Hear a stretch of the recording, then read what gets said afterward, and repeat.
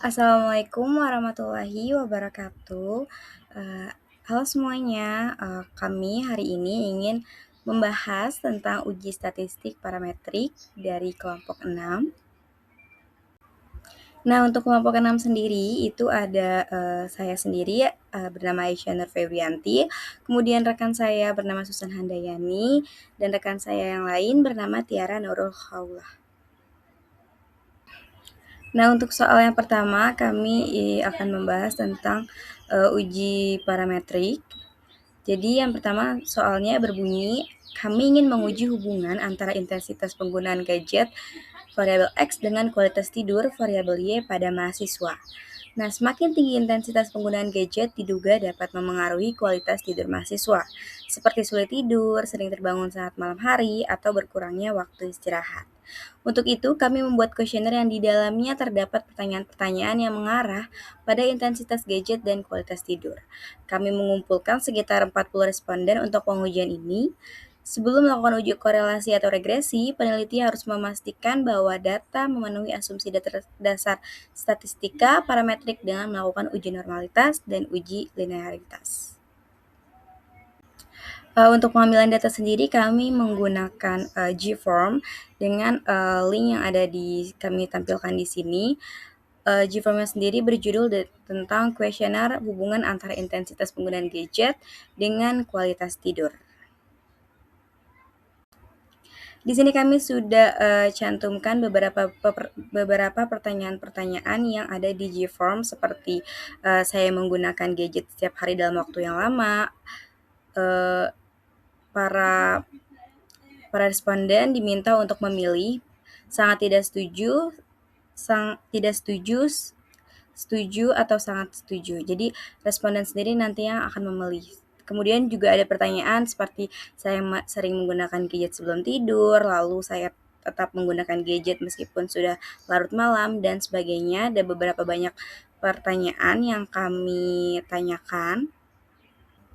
Lalu dari sekian banyak pertanyaan itu ada bagian pertanyaan-pertanyaan yang kami checklist, ini pertanyaan negatif. Jadi negatif yang dimaksud adalah skornya itu akan nanti dibalik untuk memudahkan kami dalam scoring. Nah, ketentuan scoring ini seperti yang sudah saya jelaskan sebelumnya, ada pertanyaan positif dan negatif, maka skornya tuh juga ada skor yang positif dan negatif. Untuk skor yang positif itu seperti biasa sangat tidak setuju di skor 1, tidak setuju skor 2, netral 3, setuju 4, dan sangat setuju 5. Kemudian untuk skor negatif itu kebalikannya, jadi sangat tidak setuju itu 5, tidak setuju itu 4, netral itu 3, setuju itu 2, sangat setuju itu 1. Jadi contoh responden A, intensitas gadgetnya 4, skornya tuh 4 tambah 5 tambah 4 tambah 5 tambah 4 tambah 5 tambah 33 tambah 5, maka sama dengan tambah 3 tambah 5 sama dengan 35. Kemudian untuk kualitas tidurnya sendiri, scoringnya itu 3 ditambah 4. Nah, pada di pertanyaan kualitas tidur itu kan ada pertanyaan negatif, maka jadi scoringnya negatif. Jadi 3 tambah 4 tambah 1 tambah 3 tambah 1 tambah 4 tambah 1 tambah 4 sama dengan 21. Bagian-bagian yang ditanda merah itu contoh scoring negatif. Nah, ini adalah hasil dari pengambilan data yang kami lakukan. Itu dari intensitas gadgetnya beragam sekali, dari 35 sampai 30 sekian sampai 40. Juga kualitas tidurnya dari 20 dari belasan seperti 11 sampai 30-an.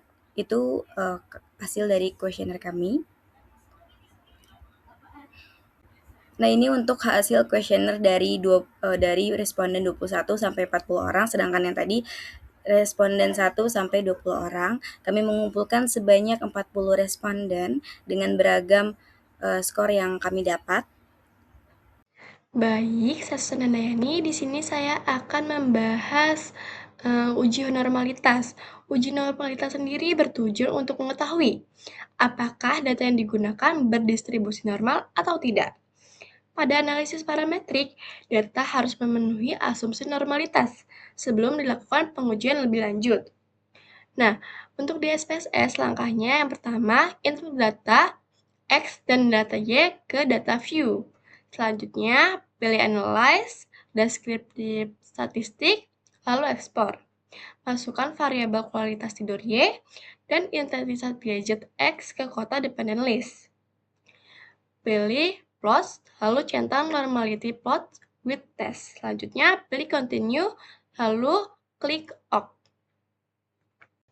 Nah, ini merupakan hasil uji normalitas menggunakan SPSS. Pada penelitian kali ini digunakan uji Shapiro-Wilk karena kami memiliki jumlah sampel sebanyak 40 responden. Berdasarkan hasil yang diperoleh, nilai signifikan itu menunjukkan bahwa data memenuhi asumsi normalitas sehingga parametriknya dapat dilanjutkan.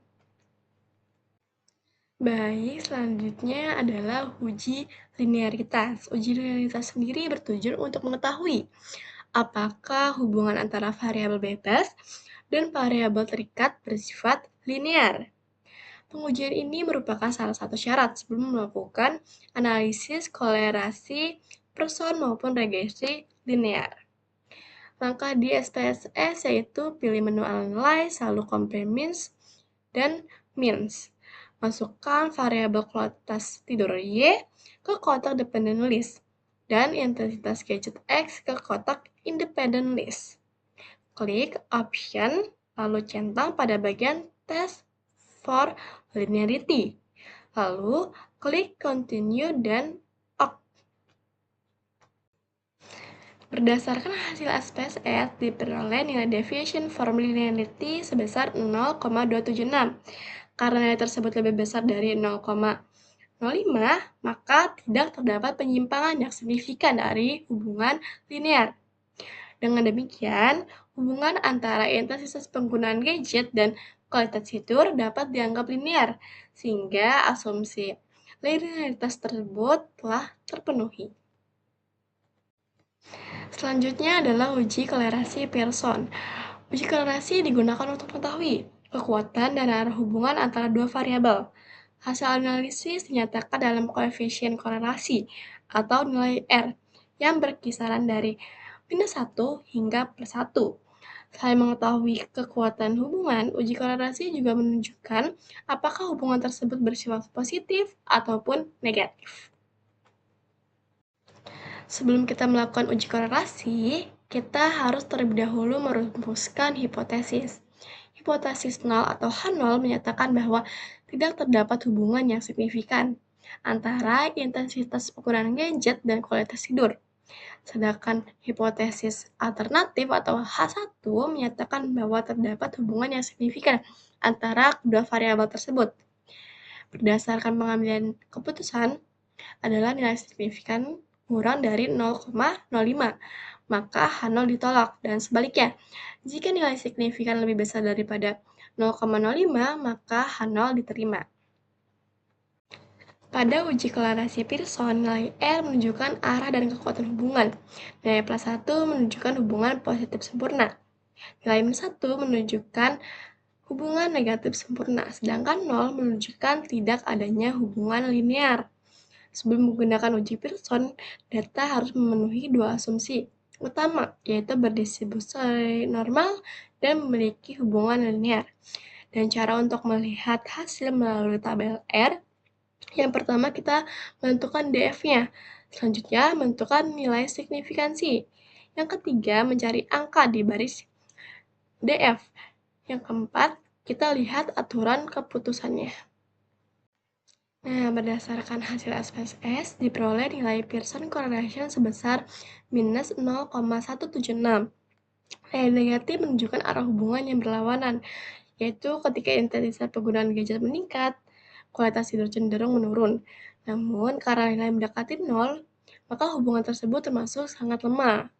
Selain itu, nilai signifikansi sebesar 0,277 yang lebih besar daripada 0,05, oleh karena itu H0-nya diterima dan H1-nya ditolak. Kesimpulannya, tidak terdapat hubungan yang signifikan antara intensitas penggunaan gadget dengan kualitas tidur pada penelitian kali ini. Nah, selanjutnya saya akan menjelaskan mengenai uji regresi. Uji regresi itu adalah teknik untuk mempelajari bentuk hubungan atau fungsional antara satu atau lebih variabel bebas atau independen variabel dengan satu variabel tak bebas atau dependent variabel. Ini menunjukkan hubungan sebab akibat, di mana satu variabel dianggap mempengaruhi variabel yang lainnya. Nah, fungsinya itu untuk memprediksi seberapa jauh pengaruh variabel bebas terhadap variabel terikat.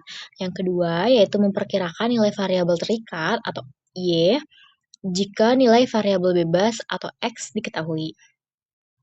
Selanjutnya, yaitu mengetahui seberapa besar persentase pengaruh variabel bebas terhadap variabel terikat melalui uji determinasi atau R²2. Untuk tahapan persiapan, yang pertama itu ada perumusan hipotesis. Jadi sebelum menghitung, ditentukan terlebih dahulu nih apa yang ingin dibuktikan. Hipotesis korelasinya H0 itu intensitas gadget tidak berpengaruh signifikan terhadap kualitas tidur. Nah, H1-nya intensitas gadget berpengaruh signifikan terhadap kualitas tidur. Setelah perumusan hipotesis, kita baru bisa menentukan aturan keputusan atau standar signifikansi. Gunakan aturan ini baik untuk hitung manual maupun SPSS. Jadi aturannya itu adalah jika signifikan atau p-value kurang dari 0,05 atau t hitung lebih dari t tabel, maka tolak H0 atau signifikan. Nah, jika signifikansinya itu atau p-value-nya itu lebih besar dari 0,05 atau t hitungnya kurang dari t tabel, maka terima H0 atau tidak signifikan. Selanjutnya itu ada regresi linier sederhana. Nah, tujuannya itu untuk memprediksi nilai variabel terikat atau Y berdasarkan nilai variabel bebas atau X. Di sini ada persamaannya juga nih, Y sama dengan A plus BX. Nah, A itu sebagai konstanta dan B sebagai koefisien regresi. Asumsi wajibnya itu ada normalitas, linearitas, dan homogenitas. Digunakan untuk melihat pengaruh X terhadap Y dengan persamaan Y sama dengan A plus BX. Ulangi, dengan persamaan Y sama dengan A plus BX. Nah, di sini juga ada rumus untuk mencari koefisien regresi atau B dan mencari konstanta atau A. Jadi kalian bisa catat ya rumus-rumus itu. Jadi setelah melihat rumus regresi, kita juga harus menguji menggunakan uji T dengan rumus T sama dengan B per SB, di mana SB adalah standard error dari koefisien B. Lalu juga ada rumus dari SB yang tertera di PPT, atau ada juga yang di bawahnya itu dalam bentuk yang lebih sederhana jika menggunakan jumlah kuadrat deviasi atau SSX. Nah, setelah itu ada nih tiga langkahnya. Yang pertama itu langkah A, hitung standar error estimasinya. Ini rumusnya tuh fungsinya untuk mengukur penyimpangan titik-titik data asli dari garis regresi. Nah, selanjutnya itu ada langkah B, yaitu hitung jumlah kuadrat X. Itu ada langkah C juga, hitung SB. Bagi hasil langkah A dengan akar dari hasil langkah B. Tuh, berarti baru hasilnya ketahuan.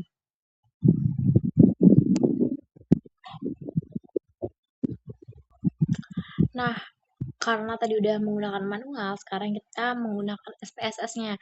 Itu caranya itu pertama klik analyze, regression, dan linear. Habis itu pindahin kualitas tidur ke kotak dependen dan intensitas gadget ke kotak independen. Habis itu klik OK.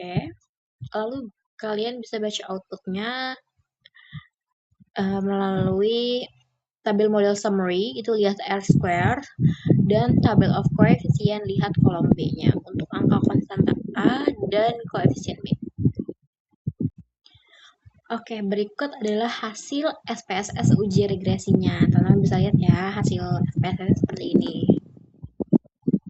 Selanjutnya kita akan melakukan interpretasi. Yang pertama itu analisis model summary atau uji koefisien determinasi.